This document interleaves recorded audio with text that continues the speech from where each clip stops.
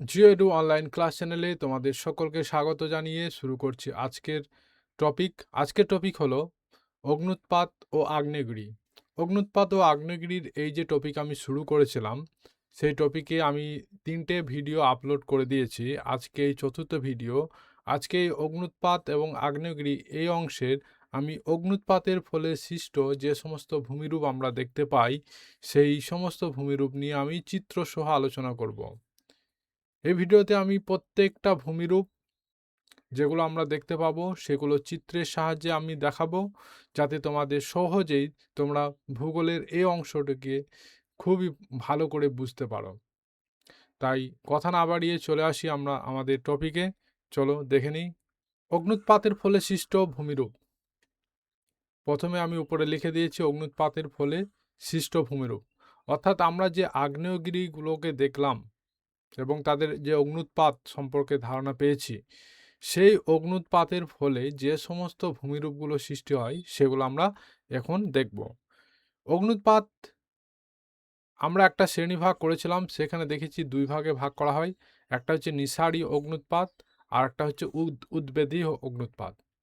আশা করি এই নিঃসারী অগ্ন্যুৎপাত এবং উদ্বেধী অগ্ন্যুৎপাত সম্পর্কে তোমরা জানো। যদি না জেনে থাকো তাহলে অবশ্যই পূর্বের ভিডিওগুলো দেখে নেবে, যেখানে আমি আগ্নেয়গিরির শ্রেণীভাগগুলো করেছি।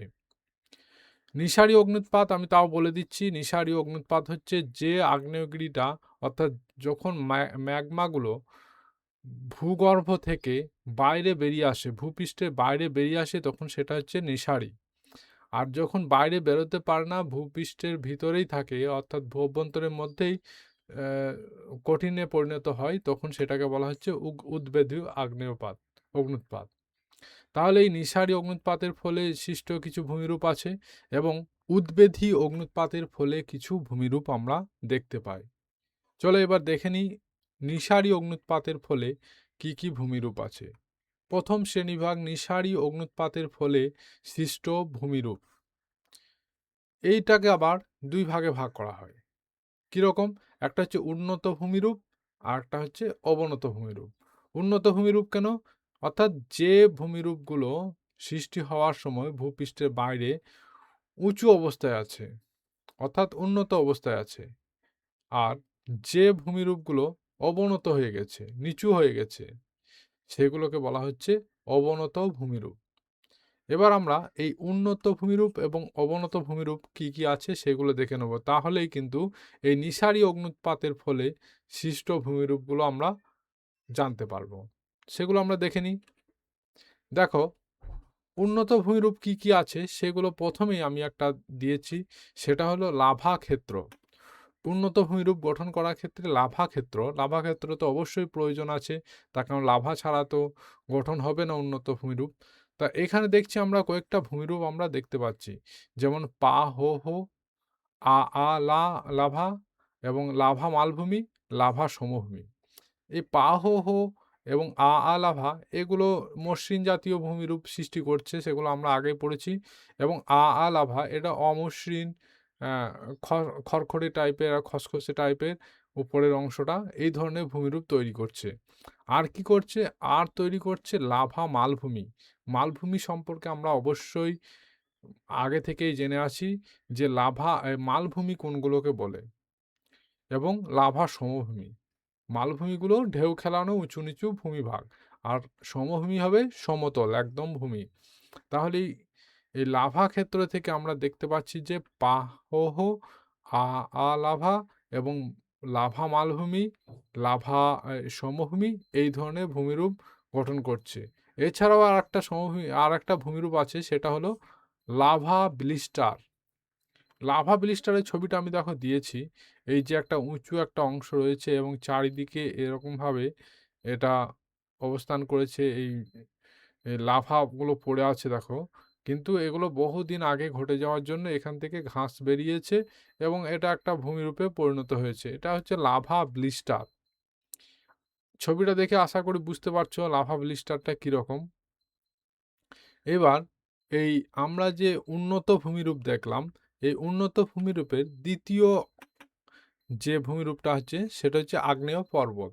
আগ্নেয় পর্বত কি? যেখান থেকে অগ্নুৎগ্রহণ হচ্ছে যে পর্বত থেকে এবং তার ফলে যে পর্বতের রূপটা পাচ্ছে, এই টোটাল এইখানে যে অগ্নুৎগ্রহণ হচ্ছে আগ্নেয় পর্বত, এইটাকে কিন্তু বলা হচ্ছে আগ্নেয় পর্বত। তাহলে আশা করি বোঝাতে পারলাম যে আগ্নেয় পর্বত কোনটা। এবার পরবর্তী ৩ নম্বরে চলে আসি, সামুদ্রিক শৈলশিরা। সমুদ্রের অভ্যন্তরে যে সমস্ত আগ্নেয়গিরিগুলো ঘটে থাকে, অগ্নুৎপাত হয়ে থাকে, তার ফলেও তো সেখানে আগ্নেয়গিরি তৈরি হয়। এই ধরনের যখন পরপর আগ্নেয়গিরি অনেকগুলো থাকবে, তখন সেই সারিবদ্ধ অবস্থায় আগ্নেয়গিরিগুলোকে বলা হবে কিন্তু সামুদ্রিক শৈলশিরা। আর এটা সমুদ্রের অভ্যন্তরে অবস্থান করছে, তাই এটা সামুদ্রিক শৈলশিরা। শৈলশিরা কিন্তু সামুদ্রিক। ঠিক একই রকমভাবে সামুদ্রিক মালভূমি, সমুদ্রের পাহাড় ছাড়াও যেগুলো উঁচু নিচু, একটু উঁচু নিচু ঢেউ খেলানো ভূমিরূপ, সেই ভূমিরূপটাকে বলা হচ্ছে কিন্তু সামুদ্রিক মালভূমি। এবার চলে আসি ৫ নাম্বারে। ৫ নাম্বারে আছে প্লাগডোম। প্লাগডোমের ছবিটা দেখো, এখানে ছবি না দেখলে কিন্তু কিচ্ছু বোঝা যাবে না। ভূগোলের ছবি মাস্ট, ছবি দেখতেই হবে, তবেই সব কিছু বুঝতে পারবে। প্লাগডোম আমি মুখে বললে কিন্তু বুঝতে পারবে না। দেখো এখানে লাভা, এখানে ম্যাগমা আছে, ম্যাগমা চেম্বার আছে।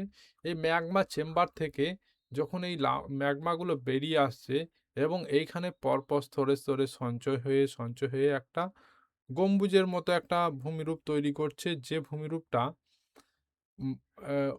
বেশিরভাগ একটু আবহ বিকারের ফলে এই ওপরের অংশগুলো উন্মুক্ত হয়ে গেছে, কিন্তু এটা ভিতরেই থাকে, ভূমির মধ্যেই থাকে। এগুলো আবহ বিকারের ফলে উন্মুক্ত হয়ে যায়। এই যে ডোম আকৃতি যেটা দেখতে পাচ্ছ, এটা হচ্ছে প্লাগ ডোম। এই ছাতার মতো একটু, এটা হচ্ছে প্লাগ ডোম। আশা করি প্লাগ ডোম কি সেটা বোঝাতে পারলাম। এবার চলে আসি আমরা ৫ নাম্বার থেকে ৬ নাম্বারে। ৬ নম্বরে এটা হচ্ছে থলোয়েড। থলোয়েডটা এই প্লাগডোমের মতোই, শুধু এর আকৃতিটা, এই যে মাথার আকৃতিটা, এটা একটু চ্যাপ্টা হবে এবং এইরকমভাবে থাকবে। অর্থাৎ প্লাগডোমটা দেখলাম এরকম, এরকম। থলোয়েডটা কিন্তু এইরকমভাবে একদম এরকম চ্যাপ্টা একটা ভূমিরূপ, এটা হবে থলোয়েড। এই ধরনের ভূমিরূপটা থলোয়েড। এটা কিন্তু প্লাগডোম, যেটা আমি ছবিতে দেখালাম, এটা প্লাগডোম আর এটা থলোয়েড। আর আছে পরের ৭ নাম্বার। ৭ নাম্বারে এটা হচ্ছে হর্নিটো। হর্নিটো কি? হর্নিটো হচ্ছে আগ্নেয় পদার্থগুলো যখন বয়ে আসে, তখন এক জায়গাতে স্তরে স্তরে বয়ে এলো, এসে এই যে সঞ্চয় হচ্ছে আগ্নেয় পদার্থগুলো, আগ্নেয় পদার্থের যে একটা স্তূপ, খাড়া স্তূপ, এই স্তূপটাই কিন্তু হর্নেটো। এই হর্নিটো দেখো একজন মানুষ দাঁড়িয়ে আছে এবং তার থেকেও উঁচু একটা আগ্নেয় পদার্থের যে সমস্ত ছাই ভস্ম যেগুলো আছে, সেগুলো একটা স্তূপ, কিন্তু এটা কঠিন। যেহেতু এগুলো স্তরে স্তরে সঞ্চয় হচ্ছে, অবশ্যই কঠিন হবে, কেননা কঠিন না হলে এ তো ভেঙে পড়বে। এ ধরনের ভূমিরূপগুলোকে বলা হচ্ছে হর্নিটো। এবার পরে আমরা চলে আসি লাহার। লাহারটা কি? লাহার হলো এই যে আগ্নেয় পদার্থগুলো বিভিন্ন ছাই, তারপর তার সঙ্গে বিভিন্ন যে টুকরো টুকরো অংশ আগ্নেয় পদার্থ, সেগুলো যখন জলের সাহায্যে, জলের মাধ্যমে আরও একটু নরম হয়ে যায় এবং সেগুলো প্রবাহিত হতে থাকে, তখন সেই প্রবাহটাকে একসঙ্গে বলা হয় লাহার। ছবিতেই দেখতে পাচ্ছ তোমরা, এই যে আগ্নেয় পদার্থগুলো, ছাই এবং বিভিন্ন ধরনের কণা, আগ্নেয় কণা এবং তার সঙ্গে যে লাভার টুকরো টুকরো অংশ, সেগুলো ভেসে আসছে, এই সম্মিলিত অংশটাকে বলা হচ্ছে লাহার। এবার চলে আসি ৯ নম্বরে। ৯ নম্বর হচ্ছে আগ্নেয় দ্বীপ। আগ্নেয় দ্বীপ হচ্ছে সমুদ্রের মধ্যে যে সমস্ত আগ্নেয়গিরিগুলো সমুদ্রের জল ভেদ করে উপরের অংশে ডাঙা সৃষ্টি করে এবং সেখানে জেগে ওঠে, অর্থাৎ সমুদ্র থেকে বেরিয়ে আসে, সমুদ্রের ভূতল থেকে একদম উপরে বেরিয়ে চলে আসে, তখন যে একটা ছোট্ট মতো ভূমিরূপের সৃষ্টি করে, সেটা হচ্ছে আগ্নেয় দ্বীপ। এখানে দেখতে পাচ্ছ চারিদিকে সমুদ্রের জল এবং মাঝখানে এই অংশটা বেরিয়েছে, এবং এখানে দেখো গাছপালা জন্মেছে, সবুজ হয়ে আছে। তাহলে এই জিনিসটাকে বলা হচ্ছে কি আগ্নেয় দ্বীপ। আশা করি বোঝাতে পেরেছি। এবার পরে চলে আসি, এইগুলো তো দেখলাম উন্নত ভূমিরূপ। এবার আমরা দেখব অবনত ভূমিরূপ কি কি আছে। অবনত ভূমিরূপ আমি আগেই বলেছি, আবারও বলছি, অবনত হচ্ছে যে সমস্ত আগ্নেয় ভূমিরূপগুলো সৃষ্টি হয়েছে এবং সেগুলো পরবর্তীতে ক্ষয় পেয়ে বা ধসের ফলে আরও নিচু হয়ে গেছে, সেগুলো হচ্ছে অবনত ভূমিরূপ। প্রথমে দেখো জ্বালামুখ বা ক্রেটার। এখানে প্রথমে ছবিটা দেখতে পাচ্ছ, এটা একটা আগ্নেয়গিরি ছিল এবং সেটা উপরের অংশটা বিস্ফোরণের ফলে এখান থেকে সরে গেছে এবং ছিন্ন ভিন্ন হয়ে চারিদিকে ছড়িয়ে পড়েছে এবং মাঝখানটা এখানে গর্তের সৃষ্টি করেছে। এই যে অংশটা, এটা হচ্ছে ক্রেটার। এটাকে বলা হচ্ছে আগ্নেয়গিরির জ্বালামুখ। পরবর্তীতে এই আগ্নেয়গিরিটা যদি মৃত অবস্থায় হয়ে যায়, অর্থাৎ মৃত হয়ে যায়, তাহলে এখানে জল ভিতরে জমা হবে এবং জল জমা হওয়ার ফলে যে একটা হ্রদের সৃষ্টি করবে, সেটা কিন্তু বলা হবে ক্যালডেরা হ্রদ। তাহলে আমরা দ্বিতীয় ভূমিরূপটা বুঝতে পারলাম যে এই জ্বালামুখ পরবর্তীতে ক্যালডেরা হ্রদে পরিণত হচ্ছে। এরপর আছে যে ভূমিরূপটা, সেটা হচ্ছে কলড্রন, CLDRAN, কলড্রন। ক্যালডেরাটাই যখন আরও বড় হয়ে যায়, এই ক্যালডেরা যেটা, সেটা পরবর্তীতে যখন আরও ধস হয়ে বা ক্ষয়প্রাপ্ত হয়ে আরও যখন বৃহৎ আকৃতি ধারণ করে, তখন সেটা বলা হচ্ছে কলড্রন। এর ব্যাস হয়ে যায় 25 কিলোমিটারের বেশি ব্যাস, সেটা তখন বলা হচ্ছে কি কলড্রন। এবার আমরা চলে আসবো পরবর্তী ভূমিরূপ কি আছে দেখব। এবার আমরা যে ভূমিরূপটা দেখছি সেটা হচ্ছে উদ্বেধী অগ্ন্যুৎপাতের ফলে সৃষ্ট ভূমিরূপ। আমরা প্রথমে দেখলাম নিঃসারী অগ্ন্যুৎপাতের ফলে ভূমিরূপ। এবার আমরা দেখব উদ্বেধী অগ্ন্যুৎপাতের ফলে কি কি ভূমিরূপ আমরা দেখতে পাই। উদ্বেধী ভূমিরূপ গঠনের ক্ষেত্রে আমরা এটাকে আবার দুই ভাগে ভাগ করছি। একটা হচ্ছে রৈখিক ভূমিরূপ এবং আরেকটা হচ্ছে লেন্স আকৃতির ভূমিরূপ। রৈখিক ভূমিরূপ এবং লেন্স আকৃতির ভূমিরূপ। এবার দেখব আমরা রৈখিক ভূমিরূপ কোনগুলো এবং লেন্স আকৃতির ভূমিরূপ কোনগুলো। প্রথমেই চলে আসি, রৈখিক ভূমিরূপ কোনগুলো আমরা দেখব। রৈখিক ভূমিরূপের মধ্যে আমরা প্রথমে দেখতে পাচ্ছি যে সিল আছে, ডাইক আছে এবং সিট আছে। এগুলো হলো রৈখিক ভূমিরূপ। তাহলে প্রথমে আমাদেরকে জানতে হবে সিলটা কোনটা। আমাদের ছবি ছাড়া তো আমরা বুঝতে পারবো না। এই শিলার মধ্যে যে সঞ্চয়টা করছে, এটাকে বলা হচ্ছে সিল। এই ধরনের ভূমিরূপগুলোকে বলা হচ্ছে সিল। এই শিলার মধ্যে সঞ্চয় করছে, দুটো শিলার মাঝখানে সঞ্চয় করছে বা একটা শিলার মাঝখানে যখন সমান্তরালভাবে সঞ্চয় করছে, তখন সেইগুলোকে বলা হচ্ছে কি সিল বলা হচ্ছে। এবার আমরা দেখব ডাইক। ডাইক কোনগুলো? ডাইক হচ্ছে এই জিনিসগুলো, এইগুলো হচ্ছে ডাইক। একদম লম্বভাবে এই জিনিসগুলো আড়াআড়িভাবে লম্বভাবে যেগুলো অবস্থান করছে, এই ধরনের ভূমিরূপগুলোকে বলা হচ্ছে কি ডাইক। এগুলো কিন্তু সঞ্চয় হয়ে গেছে, এগুলোর মধ্যে আর লাভা প্রবাহ হচ্ছে না, এগুলো লাভাগুলো কঠিনে পরিণত হয়েছে, তাই এগুলোকে বলা হচ্ছে ডাইক। আর একটা ভূমিরূপ আছে, সেটা হলো সিট। সিট ভূমিরূপ হচ্ছে যখন পাললিক শিলাস্তরের মধ্যে, পাললিক শিলা কোনো এক জায়গাতে পাললিক শিলা আছে, সেইখানে যখন পাললিক শিলাস্তরের মধ্যে পাতলা হয়ে যখন আগ্নেয়গিরি লাভা বা আগ্নেয় ম্যাগমা জমা হয়ে যাবে এবং সেটা সঞ্চয় হয়ে যাবে, কঠিনে পরিণত হয়ে যাবে, তখন সেই পাতলা ভূমিরূপটাকে বলা হচ্ছে, গঠনটাকে বলা হচ্ছে সিট। আশা করি সিট, ডাইক এবং সিল বোঝাতে পারলাম। বুঝতে না পারলে আরেকবার ভিডিওটা ব্যাক করে দেখে নেবে, তাহলে আশা করি বুঝতে পারবে। এবার পরের আমরা দেখব কি ভূমিরূপ আছে, লেন্স আকৃতির ভূমিরূপ। লেন্স আকৃতির ভূমিরূপে আমরা দেখছি যে ল্যাকোলিথ, লোপোলিথ, ফ্যাকোলিথ এবং বিসমালিথ, ব্যাথোলিথ, স্টক, বস, কোনোলিথ, এই ধরনের ভূমিরূপগুলো আমরা দেখতে পাচ্ছি। তাহলে প্রথমে আমরা দেখব ল্যাকোলিথ কোনগুলো। লেন্স আকৃতি ভূমিরূপ অর্থাৎ লেন্সের মতে দেখতে একটা লেন্স, চশমার লেন্স বা যে কোনো লেন্স সবসময় উত্তল আকৃতির হয়ে থাকে। ঠিক ওই ধরনের যে ভূমিরূপগুলো আমরা দেখতে পাই সেইগুলো কিন্তু লেন্স আকৃতি। এবার লেন্সের ধরন আলাদা আলাদা হতে পারে, উত্তল, অবতল। এবার আমরা দেখব কিন্তু ল্যাকোলিথটা কীরকম। ল্যাকোলিথটা দেখো, এইখানে আমরা দেখতে পাচ্ছি যে এই যে এগুলো শিলাস্তর, কিন্তু এগুলো শিলার স্তর।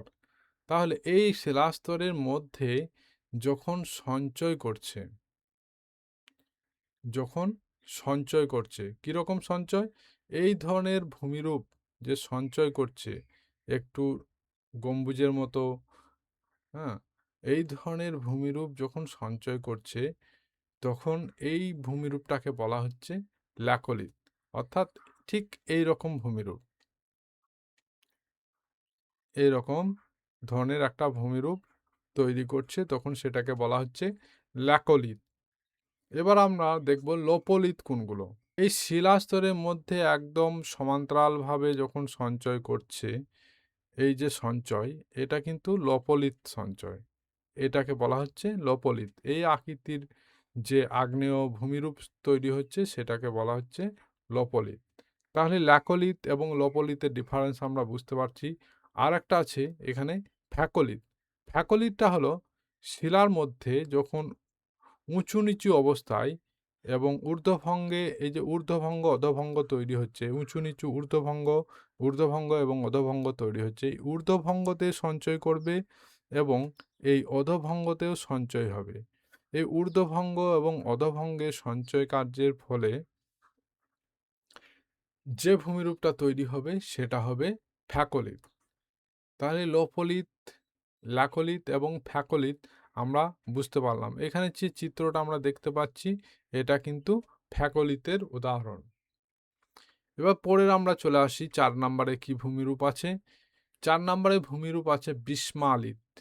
বিস্মালিত ভূমিরূপটা হলো, বলছে যে যখন শিলাস্তরের মধ্যে বৃত্তাকার ফাটলের সৃষ্টি হবে এবং সেই বৃত্তাকার ফাটলের মধ্যে ম্যাগমা প্রবেশ করবে এবং সেই ম্যাগমা প্রবেশ করার ফলে একটা বৃত্তাকার বা গোলাকার ভূমিরূপ তৈরি হবে এবং উপরের অংশ ছিন্ন হয়ে যাবে।